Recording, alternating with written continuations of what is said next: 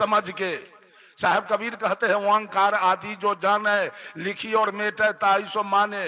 अब बोलिए ओम बोर्ड पर कौन लिखेगा? ओम शब्द बोर्ड पर कौन लिखेगा? मनुष्य। और मिटाएगा कौन?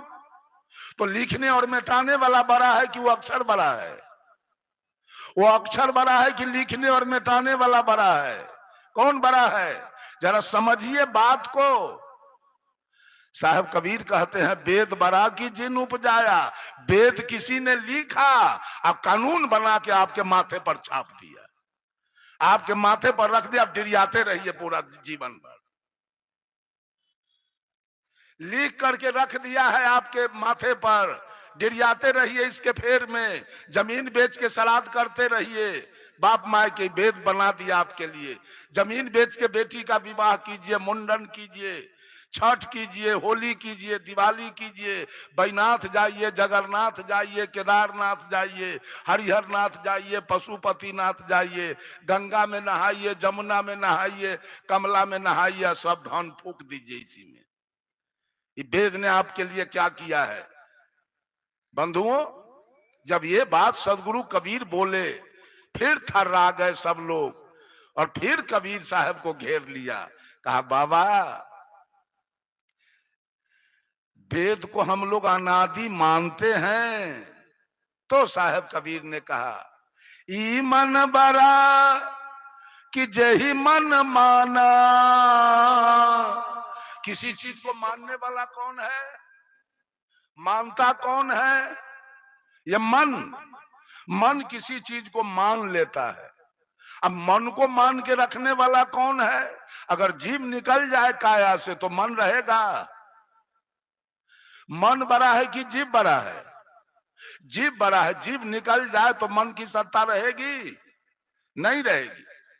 फिर कबीर साहब की बात आगे हो गई। फिर सब लोगों ने कहा बाबा छोड़ दीजिए सब बात को, हम लोग राम को अनादि पार ब्रह्म परमेश्वर मानते हैं।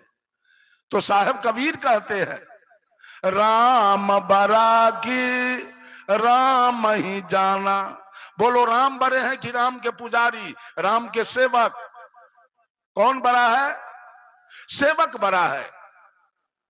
चीन में राम का सेवक नहीं है, राम की कोई मर्यादा वहां नहीं है। जापान में राम का पुजारी नहीं है, कोई मर्यादा नहीं है। इंग्लैंड में राम का पुजारी नहीं है, राम का कोई मर्यादा नहीं है। रूस में, अमेरिका में, अफ्रीका में, ऑस्ट्रेलिया में राम का पुजारी नहीं है। सऊदी अरब में, लंका में राम का पुजारी नहीं है, तो राम का कोई मर्यादा नहीं है। बिहार में, भारत में राम का पुजारी है तो राम है, और जगह राम का पुजारी नहीं है तो तब पुजारी बड़ा कि राम बड़े? पुजारी बड़ा हो गया। सब लोग भाग गए। सदगुरु कबीर के निकट से सारे लोग भाग गए, कोई जवाबे नहीं आया। अंत में सदगुरु कबीर कहते हैं भरमी भरमी कबीरा फिरे उदास। भगवान के भरम में, ईश्वर परमात्मा के भरम में पढ़कर ये सारे औरत मर्द सतुआ, चिवड़ा, पूरी, ठकुआ, खजूर लेके और नगर नगर, डगर डगर, तीरथ तीरथ में उदास होके खोज रहे हैं सब। कहां वो भगवान है?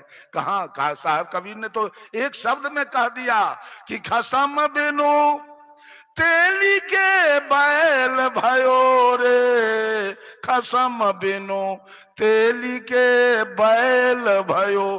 पहले के जमाने में तेली लोगों के यहाँ तेल की पेराई होती थी। कोल्हू में तेल गिरता था केंद्र में, और उस कोल्हू में एक बैल चलता था जो बैल परिधि का चक्कर काटता था। एक धूड़ में 500 कोस बैल चलता था। वो बैल को सुख मिलता था कि दुख? दुख मिला। वैसे भगवान बैठा है केंद्र में, सारा दुनिया के औरत मर्द सतुआ, चिवड़ा, पूरी, ठकुआ, खजूर लेके और जिंदगी भर परिधि का चक्कर, बैनाथ, जगन्नाथ और गंगा, जमुना, वैष्णो देवी के चक्कर काट रहा है भगवान के खोज में। तो तेली के बैल है सब की नहीं? अरे सारा दुनिया के औरत मर्द तेली के बैल है। जैसे बैल को दुख मिला, वैसे तीर्थ में गए, न नहाने का ठीक है, न पैखाना जाने का ठीक है, न सोने का ठीक है, न कपड़ा सुखाने का ठीक है, कहीं कोई सुख नहीं। बस दुख काटने के लिए गाड़ी रिजर्व करा लिया और नगर नगर दौड़ लगाते हैं कोल्हू के बैल के जैसे।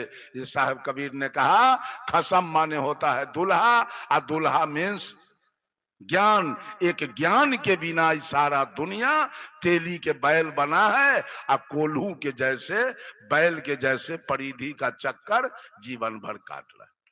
परमात्मा बैठा है केंद्र में और खोज रहा है परिधि में। अगर केंद्र में परमात्मा है तभी तक की आंखें देख रही है, तभी तक ये कान सुन रहा है, नाक सुगंध दुर्गंध ले रहा है, मुंह बोल रहा है, खा रहा है, त्वचा स्पर्श कर रहा है। जिस समय परमात्मा की सत्ता काया से आउट हो जाएगा उसी समय ये शरीर डेड बॉडी होगा और श्मशान में जाके जल के राख हो जाएगा।